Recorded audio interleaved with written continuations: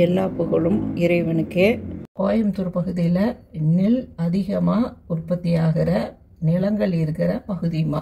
இதில் அரிசியும் பொரிக்கும் எந்த காலத்துலேயும் இங்கே பஞ்சம் கிடையாதுமா. இந்த வீட்டில் எல்லாத்து வீட்லேயுமே அரிசியும் பொரியும் அவளும் கண்டிப்பாக இருக்கும். இப்போ அதில் நான் மெயினாக பசி தாங்கக்கூடியதும் ஒரு சாயந்தர ஈவினிங் டயத்தில் ஒரு மழை காலத்தில் சாப்பிடக்கூடியதுமான பொரி நீங்களும் செஞ்சுருப்பீங்க. நான் ஞாபகப்படுத்தணும், எங்கள் வீட்டு முறைப்படி நான் எப்படி செய்கிறேங்கிறத உங்கள்கிட்ட சொல்லணுங்கிறதுக்காக சொல்கிறேன்மா. முதலே இந்த பொரியை எடுத்து கொஞ்சம் மஞ்சத்தூள் மிளகாத்தூள் போட்டு கொஞ்சம் நெய்யை ஊற்றி பெரட்டி எடுத்து வச்சுருக்கிறேன்மா. இதுக்கு தேவையான பொருள் உப்பு, பச்சை பூசணி விதை, முருங்கைக்கீரை, நிலக்கடலை ஒரு பவுல் அளவுக்கு, பொட்டுக்கடலையும் ஒரு பவுல் அளவுக்கு, கறிவேப்பிலை தேவையான அளவு உங்கள் டேஸ்ட்டுக்கு தகுந்த மாதிரி நீங்கள் கூட்டி குறைச்சி போட்டுக்கலாமா. அதே போல் மெயின் இந்த பூண்டு, இந்த டிஷ்ஷுக்கு இவ்வளோ பூண்டு தேவை இருக்குதா அப்படிங்கிறத நீங்கள் நினைக்கக்கூடாது. பூண்டு நான் அதை என்ன மெத்தடில் நான் மாற்றி நம்ம உடம்புக்கு உடனே பயன் தர அளவுக்கு அதை மாற்றி காமிக்கிறேன்னு நான் காமிக்கிறேன்மா.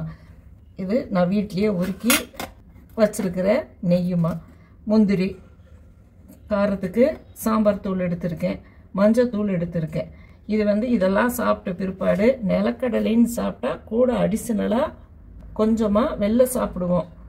அது எதுக்காகனா நிலக்கடலை பித்தம், அந்த பித்தத்தை அடிக்கக்கூடியதோ பொரியில் போடுறது இல்லாமல் எக்ஸ்ட்ரா ஒரு துண்டு வச்சு வறுத்த பொரி நான் சாப்பிட்ட பிற்பாடு ஒரு துண்டு சாப்பிட்ணுமா. அதுக்காக நான் இதை காமிச்சிருக்கேன்.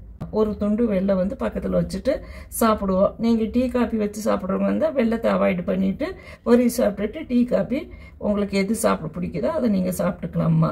இது எப்படி செய்யலாம் பார்க்கலாம்மா. அடுப்பு பற்ற வச்சுக்கலாம்மா. மேலே ஒரு கடாய் வச்சுருக்கேன், சட்டி காஞ்சிடுச்சுமா. இப்போது இந்த பூண்டு வேகிறதுக்கு தகுந்த 50 கிராம் நெய், இதை நீங்கள் தேங்காய் நெய்லேயே செய்யலாம், இருந்தாலும் நெய் தான் இதுக்கு பெஸ்ட்டாக இருக்கும் குழந்தைகளுக்கு எல்லாத்துக்குமே. இப்போ தேங்காய் நெய் நெய் விளைவிக்குதுமா, அதனால நீங்கள் நெய்யே வாங்கி செய்யுங்க, வேறு எண்ணெயிலாம் செய்யக்கூடாதுமா. நெய் காஞ்சிச்சு, கடுகு போட்டாச்சு, கடுகு பொரிஞ்சிடுச்சுமா. ஃபயரை ஸ்லோ பண்ணிக்கலாம். பூண்டை போட போகிறோம், அரைச்சாச்சு, பூண்டை அரைச்சிருக்கேன் மிக்சியில். ஃபயர் ஸ்லோவில் வச்சுருக்கேன், நீங்கள் கிளறி கொடுக்கணும். இது ஏன் நான் தட்டி போடாமல் இந்த இடத்துல அரைச்சேன் அப்படின்னா இது பூண்டோட ஒட்டி வரணும்மா. பொரிக்க வச்சுட்டு குழந்தைங்க சாப்பிட்றதுக்கு சங்கடப்படுவாங்க. இது ஸ்கூலுக்கு ஸ்நாக்ஸ் டப்பாவுக்கு நீங்கள் கொடுத்து விடலாம். மற்ற எல்லா நேரமே எதை தான் கொடுக்குறீங்க, இதுவும் நீங்கள் கொடுத்து விடலாம். அதுக்கு பொறுக்கி சாப்பிட மாட்டாங்க. அதுக்காக நான் இப்போ அரைச்சி போட்டு இப்போ நான் இந்த மெதுவாக ஸ்லோ ஃபயரில் வச்சு நான் நல்லா அதை கலரி கொடுக்குறேன். நெய் வளர்கிற குழந்தைங்களுக்கும் டீனேஜர்ஸ் அவங்களுக்கும் ஸ்கின் அண்டு ஹேர் பாதுகாப்புக்கும் வயிற்று பொண்ணுக்கும் எல்லாத்துக்கும் இந்த நெய் எந்த நோயாளியாக இருந்தாலும் என்னைக்கு மாற்றா நெய் பசுமாட்டு நெய் கிடைச்சா நீங்கள் வாங்கி யூஸ் பண்ணலாமா. நீங்கள் சித்த மருத்துவத்தையே போனாலும் எண்ணெய்க்கு பதிலாக நாங்கள் எதை சேர்த்திக்கலாம் அப்படின்னு கேட்டால் அவங்க சொல்கிறது நெய் பசுமாட்டு நெய் கிடைச்சா வாங்கி சேர்த்திக்கிங்க அப்படின்னு தான் சொல்லுவாங்க. ஏன்னா பூண்டு பசபசப்பு தன்மை, இது அடியில் போய் உட்காரும். பக்கத்துலேயே நின்று நீங்கள் நல்லா கிளறி கொடுக்கணும். அதனால் அது கிளறக்கு முடியலன்னா அடுப்பை ஆஃப் பண்ணி கிளறி விட்டுட்டு அப்புறம் மறுபடியும் ஆன் பண்ணி கிளறுங்க.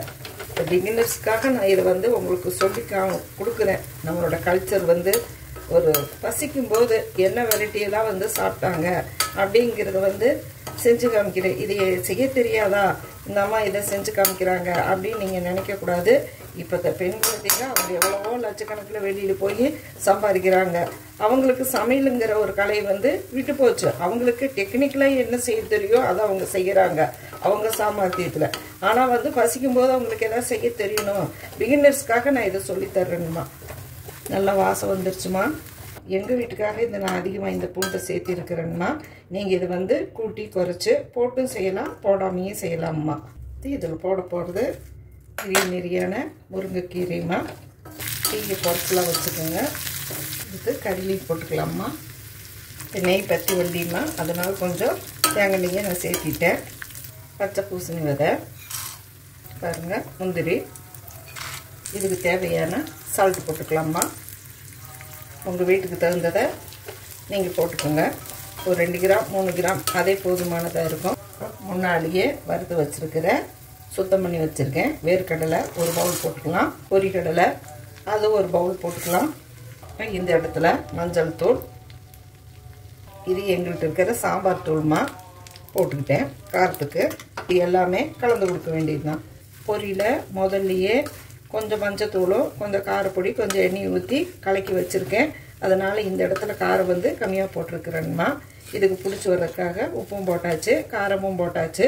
கிரீன் நெருக்கி, முருங்கை இலை, கறி லீஃபு, பூண்டு, இது எல்லாமே ஹெல்த் வைஸாக பெனிஃபிட்டு தான் அப்படிங்கிறது உங்களுக்கு தெரியும். ஃபஸ்ட்டு உங்களுக்கு இதை அடி பிடிச்சி வந்த மாதிரி தெரியும். இப்போ அடியெல்லாம் பிடிக்காது, நம்ம கிளறி கொடுத்துக்கிட்டே இருக்கிறதுனால நம்ம வந்து சரியாக முறையில் பக்குவமாக வந்துருச்சுமா. இது லைட்டாக சூடானால் போதும். ஏன்னா முதலையே இந்த பொட்டுக்கடலை நடக்கலை எல்லாமே வறுத்தது தான். இப்போ சூடு வர்ற அளவுக்கு வறுத்துக்கிட்டால் போதும்மா. இப்போ இந்த பொரியை போட்டு நான் கலக்கிறேன். நம்ம அப்படி கலந்தால் போதும், அடுப்பு ஆஃப் பண்ணிக்கலாம்மா. உப்பு போட்ட பொரியில் முதலே மஞ்சத்தூள் மிளகாத்தூள் எதுக்கு நான் கலந்தேன் அப்படின்னா, ஈவனாக எல்லா பக்கம் கலக்கும் போது ஒரு பக்கம் அந்த பொரியில் அந்த மசால் பிடிக்காது. அதனால் ஃபஸ்ட்டே முதல்ல கலக்கி வச்சுட்டு நீங்கள் செஞ்சீங்கன்னா எல்லாம் ஈவனாக கலந்து வந்து எல்லாத்துக்கும் சேர்ந்து டேஸ்ட் கிடைக்கும். அதுக்காகத்தாம்மா இப்போ கலக்க முடியாத பொரியை கொஞ்சம் இதில் நான் போட்டுக்கிட்டேன்.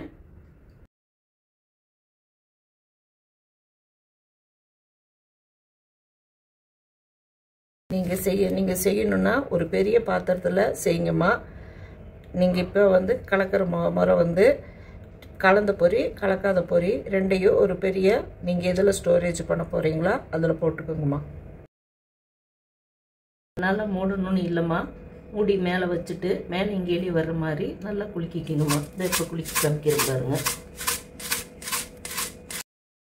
குலுக்கும்போது ஈவனாக கலக்கி வந்திருக்குதுமா. இருந்தாலும் நம்ம எடுக்கும்போது கடலை கீழே போயிருக்கும், மேலே பொரி வந்திருக்கு. நீங்கள் எடுக்கும்போது ஒரு ஸ்பூன் உள்ளேயே வச்சுக்கோங்க, கலக்கி விட்டு எடுத்துக்கோங்கம்மா. இது ஒரு வாரத்துக்கு மேலேயே நம்ம வச்சுக்கலாம். நெய் ஊற்றி இருக்கிறதுனால உங்களுக்கு கெட்டு வராது. பாருங்கள், கலர்ஃபுல்லான நல்ல காரப்பொரி குளிருக்கு நல்லா இருக்கும். டீ காப்பியோடு சாப்பிட்றதுக்கும் வயிறு பசிச்சுதுன்னா நம்ம எடுத்து வச்சு சாப்பிட்டுட்டு தண்ணி குடித்தாலும் வயிறு பசி தாங்கும்மா. இப்போ இதை வந்து ஓப்பனாகவே நல்லா ஆற வரைக்கும் இப்படியே நீங்கள் விட்டுருங்க. நல்லா ஆறின பிற்பாடு டைட்டாக நீங்கள் மூடி வச்சு யூஸ் பண்ணலாம்மா. நீங்கள் சூடோடு நீங்கள் மூடி வச்சிட்டிங்கன்னா அதோட மொறுமொறுப்பு தன்மையை இழந்துரும். இது கடைசி ஸ்டெப்பு. இதை நீங்கள் கண்டிப்பாக நீங்கள் பார்த்து நீங்கள் நல்ல முறையில் செஞ்சுக்குங்க. நல்லா ஆற வைக்கணும், மூடி வைக்கணும்.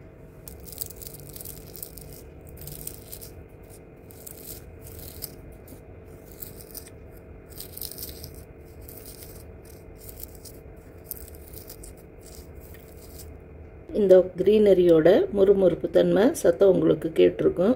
பாருங்கம்மா எப்படி வந்திருக்குதுன்னு. இதில் பொறுக்கி வச்சு சாப்பிட்ற மாதிரி எதுவும் இல்லை. குழந்தைகளுக்கு நம்பி கொடுத்து விடலாம்மா.